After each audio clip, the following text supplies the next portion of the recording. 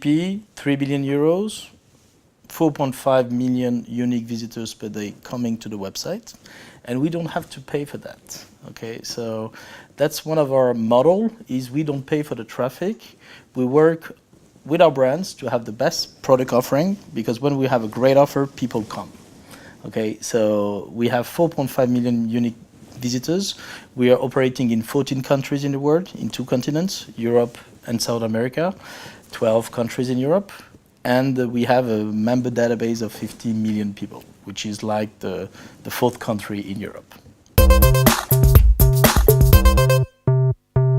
Actually, our first innovation was to invent a profitable e-commerce model, because e-commerce players by design are not profitable.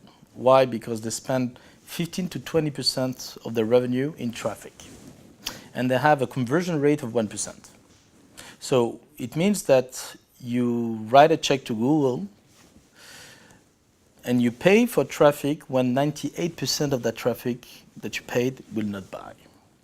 So this model cannot exist, cannot be profitable.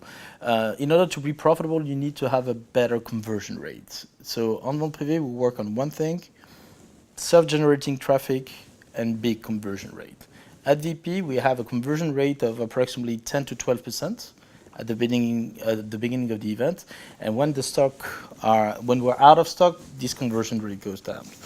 But the main principle is that people tend to accept that e-commerce should be 1 or 2% conversion rate.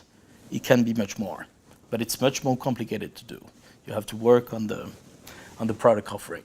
So spend less in generating traffic and spend more in your products. We have a very simple formula. If it's cheaper, you sell more. Okay, so we know we have a model where we have only 4 days to sell, but we have discount. So discount is a very good leverage for conversion, of course.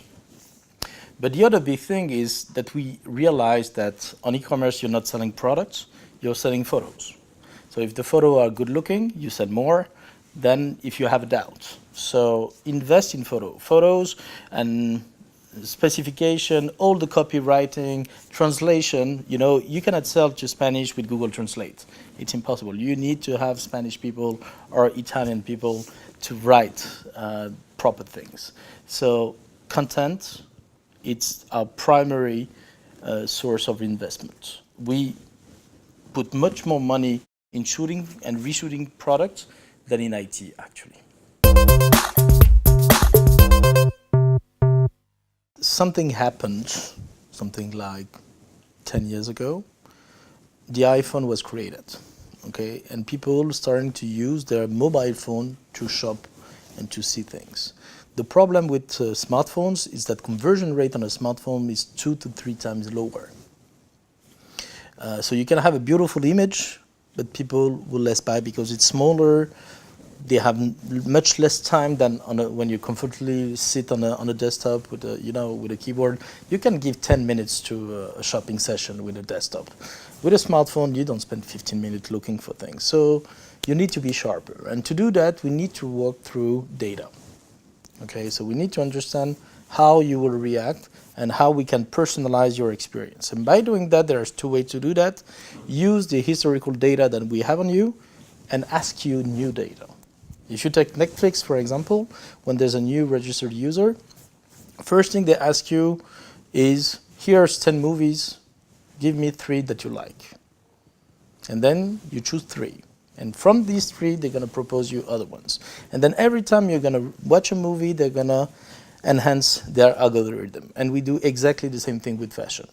When you go on vente-privee, you're logged from the first page, so we know who you are, and we log all the intent that you have. And then we ask you, how can I personalize the experience for you? How can I personalize the catalog so you don't have to browse for 10 or 15 minutes? You have instantly what you want. And when you have that, conversion rate is higher, of course. You have to adapt to your consumer, and the thing is that they're changing very fast. Their behavior are changing very fast. So the main way to do that is to be very agile. Okay, you don't know what's going to happen. We have all these generational millennials arriving with a very complete different behavior, and they're arriving faster than we think. So online, we have to change all the time the way we adapt things. So I cannot tell you what's going to happen in a month or 6 months or in a year. Everything is changing very fast. So what I have to do is to be able to change fast and to be agile. Agile means to do mistakes, to be allowed to do mistakes, but small mistakes. Okay, so we're part of big corporation. I don't like mistakes at millions of euros. I don't like them, but I like to have my teams working and trying things, because that's how you're gonna adapt yourself. There's no magic formula. Every single situation is different. So the only thing that you can do is to say, okay, I'm gonna adapt myself. I'm gonna try a lot of things. I'm gonna try to have more success than mistakes. And that's how we do. It costs more, but it's more profitable. The main issue is to be right too early. Okay, so a lot of time we've been trying things, and things were failing. Okay, and instead of keeping trying, we said no, it's not working. Actually, you need to give tries. You need to try things. So we've been having for maybe 18 months one idea, and I kept to that idea with some teams working on it, which is I want to sell products that are in stores. And the first tries were terrible, very bad results. And now we learned by doing. We did something like 18 different scenarios, 18 different methods from the original idea to what we have now. And now we do million euros.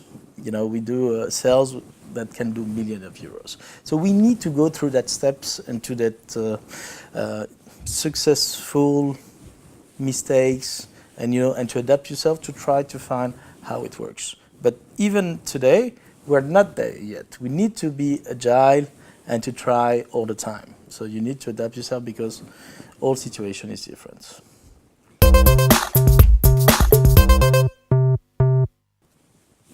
Today, we consider that there's only one client, the consumer, and we both need not to have a client-supplier relationship, but we need to work for the end consumer. Okay, so that's how we want to work. Partnership, and our consumer is the final consumer. So we always say that client is not the king anymore, he's the master of the universe. So we need to, never say no to him. So whatever he wants, we need to find a way to provide to him. And we cannot do that if we're not partner. We cannot do that if we don't have the same objective. So reducing shipping times, reducing offer, allowing ourselves to go into the stores and everything, that's the kind of partnership we're looking today, because the only way to enhance the customer experience is to work closely together and not traditionally with the opposition on prices and all this traditional confrontation. So things are changing. It's very different from Amazon. Amazon, it's an e-commerce website. When you want something, you go there, you dive into the search box and you type it. Vente-privee, it's very different. It's like you're in a mall and you have 200 stores and you don't know where you're gonna go. You just pass by, you enter, and if you like things, you buy. That's where we want to go. We want to be that pleasure mall. Somewhere you go there and you want to buy, like we buy irrationally, okay, through that kind of behavior. So when conversion rate are 2, 3, 4, 5%, it means that 95% of the people that came did not buy. But we're talking about millions of people that come and do not buy online. And online, we have access to a lot of data. We know when you came, we know you came back, we know what you saw, we know your intent of purchase. So data, it's the biggest market tomorrow. Why? Because online will not be the only place where you're going to buy, because today e-commerce is only 5 to 7% of retail. Okay, 95% of physical purchase are done in stores. Even in the US. In the US, it's only 7%, which means that I think that online we're going to catch data, purchase intent, and we're going to try to retarget people to have them purchase in store. So I think that tomorrow I will be one of these big data provider. So big data, it's everything. Now they don't talk about big data, they talk about smart data. Okay, so now it's another thing.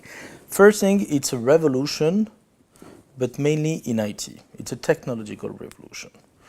10 years ago, when you had a billion of data, you had systems, you needed 1 or 2 days to query them and to have an answer. So it was very complicated and the system were not that good. And the big data, it's a revolution about being able to handle billions and billions and billions of data.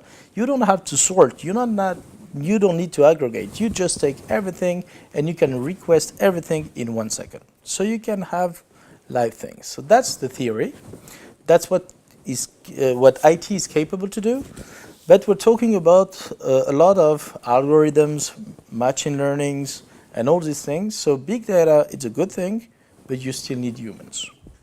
You still need humans to interpret data. Don't think that one day an algorithm or an an AI will do things by their own. You will still need humans. So for me, big data, it's a way for humans to become better, and it's not something that will replace humans like we're hearing today. A human, when he say, I like it, it's beautiful, it's about feelings. Computers, they don't have feelings. It's only 0, 1. So they can interpret things. They can have statistics saying people that like that also like that, but they don't know if it's good looking or bad looking. They don't know if it's fashion or it's not fashion. They don't know if it's nice or not. They have no feelings. So it's just statistics. So it doesn't mean that if 65% of the people do that, then I'm going to do that. We have a lot of data scientists, and last time a guy told me, I found an algorithm. So if you bought shoes in February and your Facebook account started with an I, then you're going to buy your fridge in September. Okay, I don't believe in it, of course, but that's the kind of thing. It's only stats. So sometimes you are at 85%, sometimes you are at 25%. In order to be more efficient, take that AI and give it to a human and ask him, do you believe in it or not? So we strongly believe that tomorrow we're going to have humans helping you to buy online. Okay, so I think we're going to have stylists. Oh, 15 years ago, there were before the big internet bubble burst, there were two models fighting. Do we buy online because it's cheaper? Or do we buy online because I don't have to go in a store to get it? So it's faster, it's more convenient. We know by heart, by experience, the history tells us that the price is one. Okay, every single merchant that said that you need to buy online because it's cheaper, these are the ones that won the competition. Today, things are changing. Amazon, it's you need to respect them, of course, but there's one thing, you should never copy them. Amazon, they're doing $120 billion online, and their growth over a year is $25 billion. In 1 year, they grew by 25 billion. Number 2 in the US, it's Apple Store, it's 25 billion. So the growth of Amazon equals the number 2. And if you take the top 20, Amazon is first, and number 2 to number 20 are not pure players. It's only retailers that went online. And if you sum number 2 till number 20 in terms of revenue, you're smaller than Amazon. So the risk today is to say, I want to do the same thing because they're first and they know. No. They're there because they were able and they were super financed, and bravo, really bravo for what they did. But one day they will open stores. And when they're going to open store, it's going to be very bad for the rest of the world. Okay, very bad. So I really strongly encourage that people, retailers, they go online, they start to have strategy when they stop saying no to consumer. And what I strongly believe is that the biggest competitor of Amazon, it's Google. If Google index the inventory of all store around you, then when you're going to do a query, you're going to buy from a store nearby. It will be cheaper, it will be faster, you can go there, it will be a better experience. So today, Amazon is so powerful. Why? Because retailers are so harmless. But the day retailers will publish their inventory online and work closely with Google local shopping and everything, I'm sure things will change.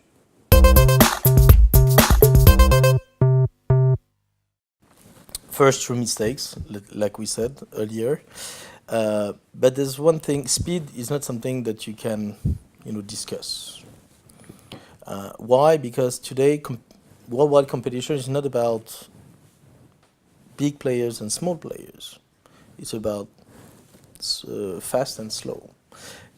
We have now normally small players that are fast. We always had startups that are faster than big groups, and you have big groups that are really slow. But the new things now is you have large players that are very fast, and the bigger they are, the faster they go. Why? Because they learned how to be more agile, how to make small mistakes to learn by doing. If you go at Facebook, for example, they have teams of engineers. They have 1,000 teams of 6 people. 1,000 teams of 6 people. You don't have 1,000 new features every month. Every month, Mark Zuckerberg asks the team, okay, what have you done? So it's bottom-up innovation. It's not Zuckerberg asking for, I want a like button, I want that. No, they propose, and he chooses. So every month, you don't have 1,000 propositions, but you have 1,000 teams. So it's not every month the same teams proposing things. And then he has to choose. And why does he go faster? Because the bigger he is, the more money he has. And one ID can pay the rest of the teams. Okay? And that's what we are trying to do. We used to have 200 engineers at VP. We have a plan to go up to 1,000 engineers. Why? Because we want teams to do things. We don't want projects anymore. Because projects are top-down things. Teams and product teams are bottom-up solution. People will propose us something, and the only thing that we tell a team is how much do you cost per year, and what you do needs to pay your salaries.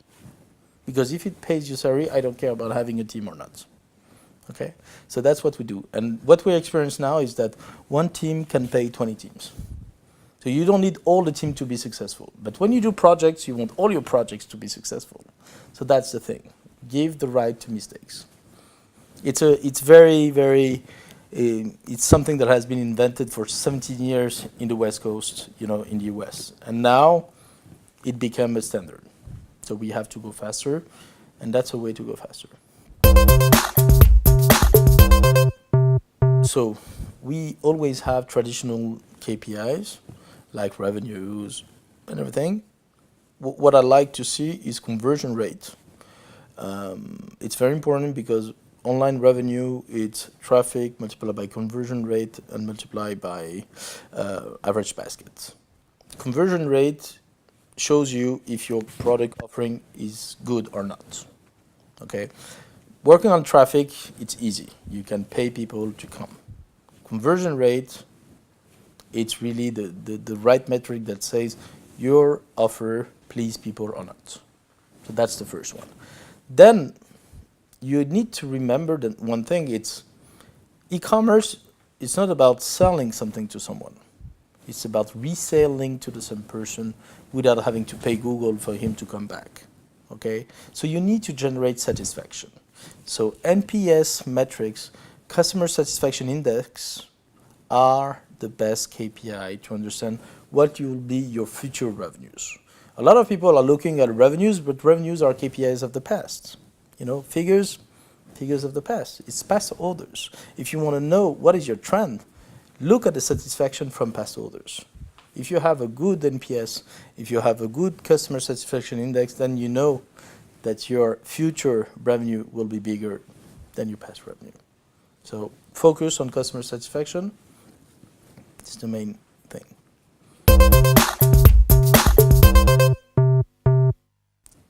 As I said, e-commerce is only 5% of retail. So it's not about, are we going to buy more online or more offline? We buy in both channels. So we're talking about omni-channel for more than 8 years, I think. The first time that I heard that word, we're not there yet.